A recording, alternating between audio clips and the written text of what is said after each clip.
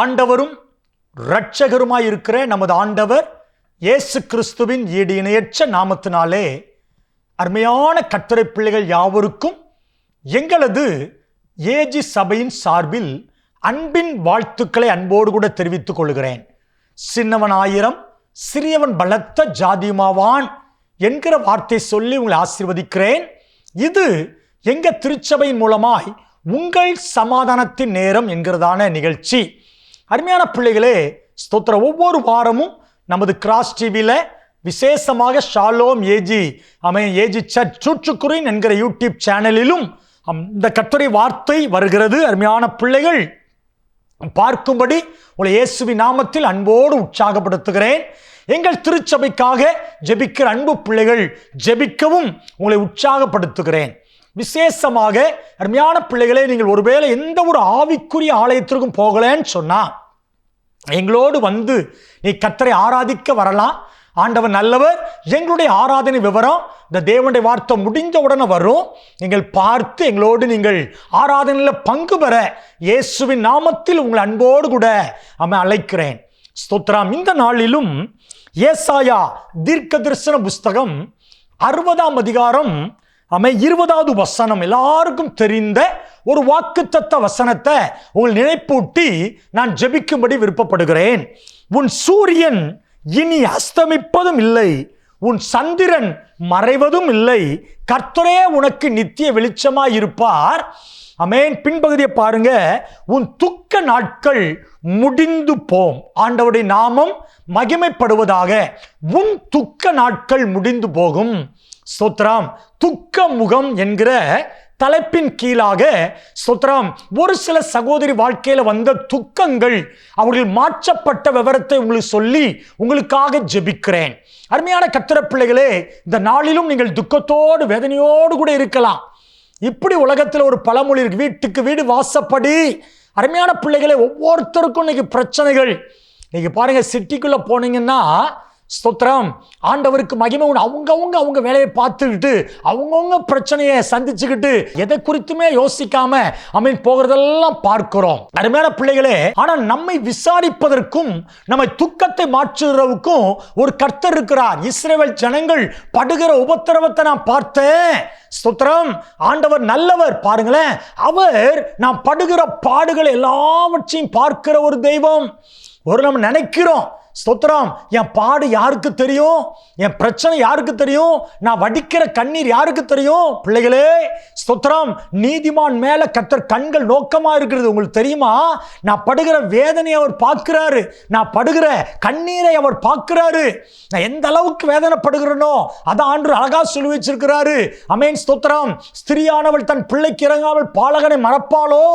அவள் மறந்தாலும் நான் ஆண்டோடைய பிள்ளையா இருப்பேன்னா, நான் இயேசுவை ஏற்றுக்கொண்டு அவர் ஆராதிக்கிற நான் ஒரு நல்ல கர்த்தருடைய பிள்ளையா இருப்பேன்னா என் மேல தேவனுக்கு ஒரு அக்கறை இருக்குது.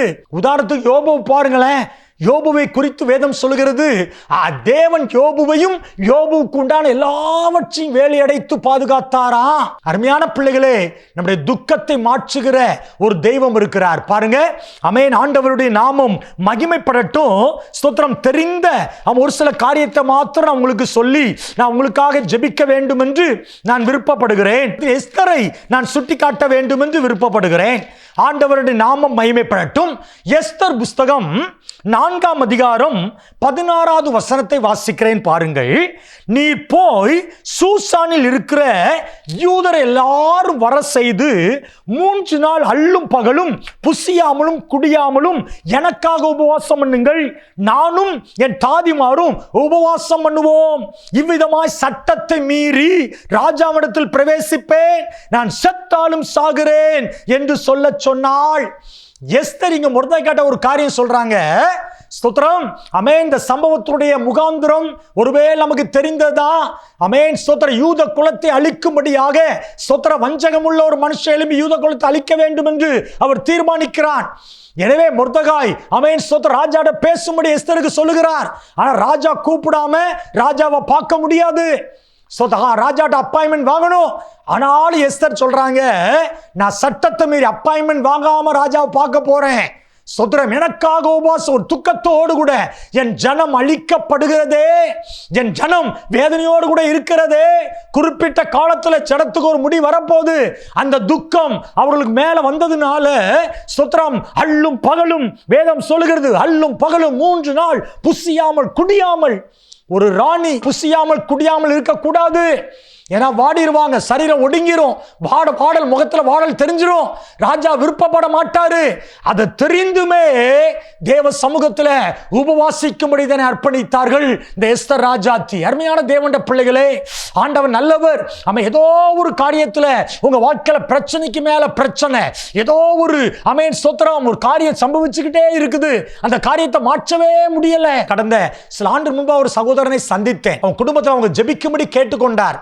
இன்னைக்கு ஒரு வெளிநாட்டில் வேலைக்காக இருக்கிறார், சான்று ஏற்றுக்கொண்டார், வெளிநாட்டில் இருக்கிறார், நல்லா இருக்கிறார். ஸ்தோத்திரம். அவருக்கு 2 பிள்ளைகள் பிறந்து ஸ்தோத்திரம், 2 பிள்ளைகளும் குறிப்பிட்ட ஒரு சில மாதத்துக்குள்ள அப்படியே அந்த அதே வியாதி வந்து அப்படியே மறிச்சிருவாங்களாம். ரொம்ப வேதனை. நிறைய ஆட்கிட்ட போயிருக்கிறாங்க, ஸ்தோத்திரம், பணத்தை செலவழிச்சிருக்காங்க, ஆனா ஒண்ணுமே நடக்கல. கடைசியில் எப்படியோ ஆண்டவர் குறித்து கேள்விப்பட்டு ஜப கூட்டங்கள் அட்டன் பண்ணி எங்க ஆலயத்துக்கு வந்தார்கள். பிள்ளைகளே ஸ்தோத்திரம், 3வது குழந்தையை தங்க ஆண்டு உதவி செய்தார். அப்பெல்லாம் அவங்களுக்கு பயம், அந்த குழந்தை வெளியே வந்துருமோ, மறிச்சிருமோ. விசுவாசத்தோடு காத்திருந்தார்கள். அந்த குழந்தை கட்ட சுகமாய் பெற்றெடுத்து இன்னைக்கு வழக்க உதவி செய்திருக்கிறார். இன்னைக்கு அன்பு சகோதரன் ஃபாரின்ல இருக்கிறார். அன்பு பிள்ளைகளே, இதை கேட்கிற நீங்கள், உங்க வாழ்க்கையில் ஏதோ நடந்து கொண்டே இருக்கிறதோ, எஸ்தர் ராஜாத்தி செய்த ஒரு வேலை, தேவ சமூகத்துல உபவாசித்து தேவ சமூகத்துல காத்திருந்தா. இன்னைக்கு இதை பார்க்கிற நீங்கள், ஆலயத்து போகிற கர்த்தருடைய பிள்ளைகள், உபவாசித்து ஜெபிக்கிற பழக்கம் உங்களுக்கு இருக்குதா? இன்னைக்கு நிறைய மக்கள்கிட்ட ஸ்தோத்திரம், அது மாற்றப்படுகிற ஒன்று. இன்னைக்கு உபவாச ஜெபம் இல்லாமல் போகிறது. ஆரம்பத்தில் ஸ்தோத்திரம், உபவாசம்னா உயிரா உபவாச ஜெபம், நல்லா ஜெபம் பண்ணுவோம். இன்னைக்கும் ஜெபம் பண்ற ஆட்கள் இருக்கிறார்கள். அதற்காக கர்த்தருக்கு ஸ்தோத்திரம். இதை பார்க்க நீங்கள் உபவாசித்து ஜெபம் பண்றீங்களா? உப பிளஸ் வாசம், தேவனோடு வாசம் பண்ணுவது உபவாசம். அல்லும் பகலும் சொல்றாங்க பாருங்க, நான் குடிக்க மாட்டேன், புசிக்க மாட்டேன், தண்ணியை கூட குடிக்க மாட்டேன். எனக்கு வந்த பிரச்சனை மாறுகிற வரைக்கும் 3 நாள் காத்திருப்பேன். மகளே, உன் பிரச்சனையோ ஏதோ ஒரு பயங்கரமான காரியம் வந்து உன்னை கொடுமையான காரியம் செய்கிறதோ, நீ ஒன்று செய். தேவ சமூகத்துல அல்லும் பகலும் உபவாசித்து ஜெபம் பண்ணும்போது நீ ஒப்பு கொடுப்பாய் என்று சொன்னால் நடந்தது என்ன தெரியுமா? அங்க வேதம் சொல்லுகிறது, காரியம் மாறுதலாய் முடிந்தது. ஆண்டவருக்கு மகிமை. யார் கொல்லணும்னு நினைச்சாங்களோ அப்படியே கர்த்தர் காரியத்தை மாற்றிட்டார். உங்களுக்கு கர்த்தர் மாற்றுவார் பிள்ளைகளே. ஸ்தோத்திரம். நஷ்டங்களை கர்த்தர் லாபமாய் மாற்றுவார், தரித்திரங்களை கர்த்தர் ஆசீர்வாதமாய் மாற்றுவார், வியாதிகளை கர்த்தர் ஆரோக்கியமாய் மாற்றுவார். உபவாசம் பண்ணி ஆண்டு சமூகத்தில் தேடு, சபையில உபவாச ஜெபத்தில் அதிகமாய் பங்கு பெறுங்கள். பாருங்க, 2வது நான் ஆகாரை குறித்து ஆதியாகமத்தின் புஸ்தகம் 16ஆம் அதிகாரம். இப்பொழுது அவள் என்னை காண்பவரை நானும் இடத்தில் கண்டேன் அல்லவா என்று சொல்லி தன்னோடு பேசின கர்த்தருக்கு, நீர் என்னை காண்கிற தேவன், நீர் என்னை காண்கிற தேவன் என்று ஆகார் ஒரு பெயர் வச்சான்.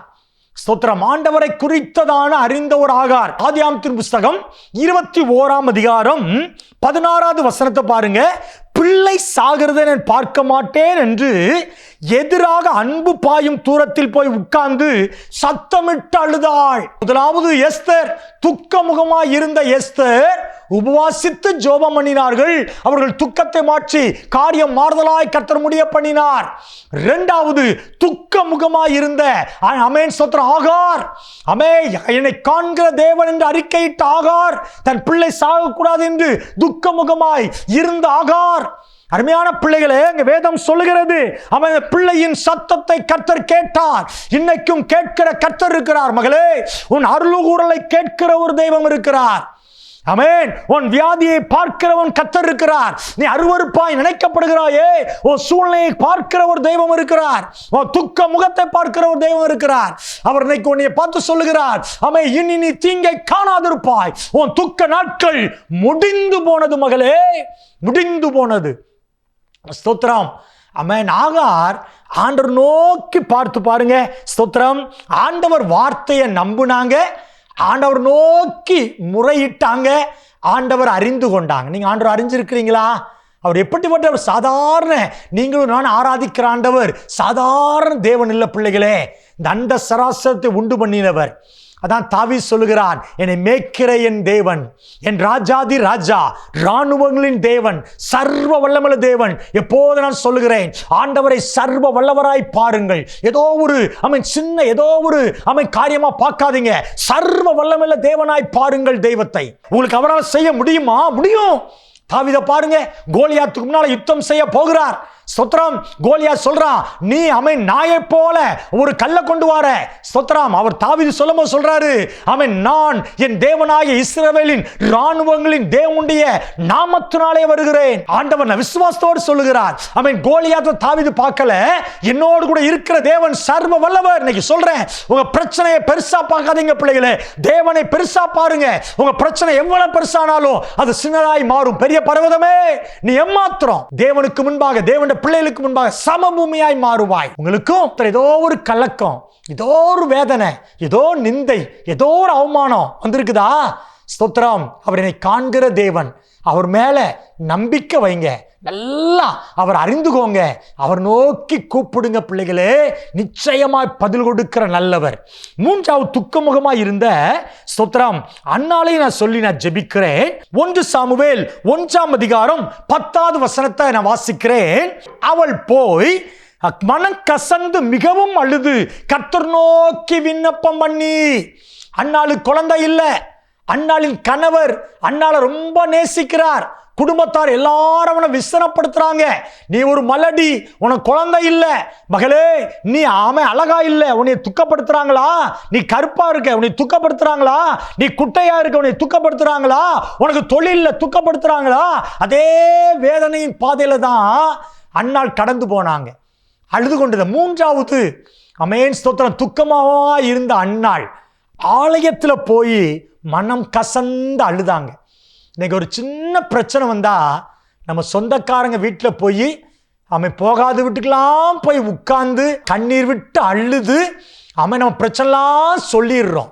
சொன்னா நமக்கு ஆறுதல் கிடைக்கும் நினைக்கிறோம். அதுக்கு பிறகு தான் பிரச்சனையே ஆரம்பிக்குது. நம்ம யார்கிட்ட சொல்றோமோ அவங்க 10 பேர்ட்டு சொல்லிடுறாங்க, நம்ம தூசித்துறாங்க. அப்படிதானே பிள்ளைகளே? அன்னாள் ஆண்டவர் சமூகத்தில் மனம் கசந்து அழுறாங்க. ஆலயத்துக்கு முக்கியத்துவம் கொடுத்த ஒரு தேவனுடைய பிள்ளை. பிள்ளைகளே ஸ்தோத்திரம். அழுத்தத்தில் மனம் கசந்து தேவ சமூகத்தில் அழுத அவள் ஜபத்தை கர்த்தர் கேட்டு அவங்க ஊழியக்காரர் மூலம் சொல்லுகிறார், சமாதானத்தோடு போ, நீ இஸ்ரவேலின் தேவனாகிய கர்த்தரிடத்தில் கேட்ட உன் விண்ணப்பத்தின்படியே கட்டளையிடுவா. நான் சொல்றேன் மகளே, நீ ஆலயத்துக்கு போய் கண்ணீரை செலவழிப்பாய் என்று சொன்னால், ஆலயத்தில் போய் கர்த்தரை துதிப்பாய் என்று சொன்னால், ஆலயத்துக்கு முக்கியத்துவம் கொடுப்பாய் என்று சொன்னால், உன் கண்ணீர் ஆலயத்தில் ஒரு சொட்டு வடிப்பாய் என்று சொன்னால், உன் விண்ணப்பத்தின் சத்தத்தை கேட்டு உனக்கு தேவன் அப்படியே கட்டளையிடுவார். துக்கமாய் இருந்த 3 பேரை சுட்டி காட்டினேன். எஸ்தர் துக்கமுகமாய் தன் ஜனத்துக்காக ஜெபம் பண்ணினார்கள். உபவாசித்து ஜெபம் பண்ணாங்க. அவங்க துக்கத்தை மாற்றி காரியத்தை மாறுதலாய் முடிய பண்ணினார். 2வது ஸ்தோத்திரம் ஆகாரை சுட்டி காட்டினேன். தன் பிள்ளைக்காக துக்க முகத்தோடு ஆண்டவர் சமூகத்தில் ஜெபித்தார்கள். சந்ததியை கர்த்தர் ஆசீர்வதித்தார். துக்கமுகமாய் இருந்த அன்னாள் ஆலயத்தில் போய் மனம் கசந்து அழுது ஊழியக்காரர் சொன்ன உடனே கீழ்ப்படிஞ்சாங்க. ஒரு வார்த்தை எக்ஸ்ட்ரா சொல்ற, அன்பு பிள்ளைகளே, நீங்க போகிற ஆலயத்தில் இருக்கிற ஊழியக்காரனை கனமண்ண பழகுங்க, எப்போ பழகுங்க. அன்னாளுக்கு தேவன் அற்புதமான ஒரு குழந்தையை கொடுத்து தேசத்தில் உயர்ந்த இடத்துல வச்சாரு. அதே தேவன் இன்றைக்கு ஜீவனோடு கூட இருக்கிறார், உங்களை பார்க்கிறார். சர்வ வல்லமையுள்ள பிதாவே, அப்பா, உன் துக்க நாட்கள் முடிந்து போனது என்று நீங்க சொல்லியிருக்கீங்கப்பா. எங்க துக்கத்தை எல்லாம் மாற்றுகிற நல்ல தகப்பன் அப்பா, இந்த வேலையில கூட யாரெல்லாம் துக்கத்தோடு துக்க முகமாய் வேதனையோடு கூட இருக்கிறார்களோ, அவங்க வேதனை கண்ணீர் துக்கங்கள் மாறி அந்த தேவையெல்லாம் சந்திக்கப்படும். ஆண்டவரே, இந்த சமாதானத்தின் நேரத்தை பார்த்த எங்கள் பிள்ளைகள் ஒவ்வொருவர் மேல கர்த்தருடைய மகிமையான ஆசீர்வாதம், கர்த்தருடைய பலத்த ஆசீர்வாதம் இயேசுவின் நாமத்தினால இறங்கி வருவதாக என்று சொல்லுகிறேன், ஆசீர்வதிக்கிறேன். இயேசு கிறிஸ்துவின் நல்ல நாமத்தில் தாழ்மையோடு ஜெபிக்கிறோம் எங்கள் நல்ல பிதாவே. ஆமென்.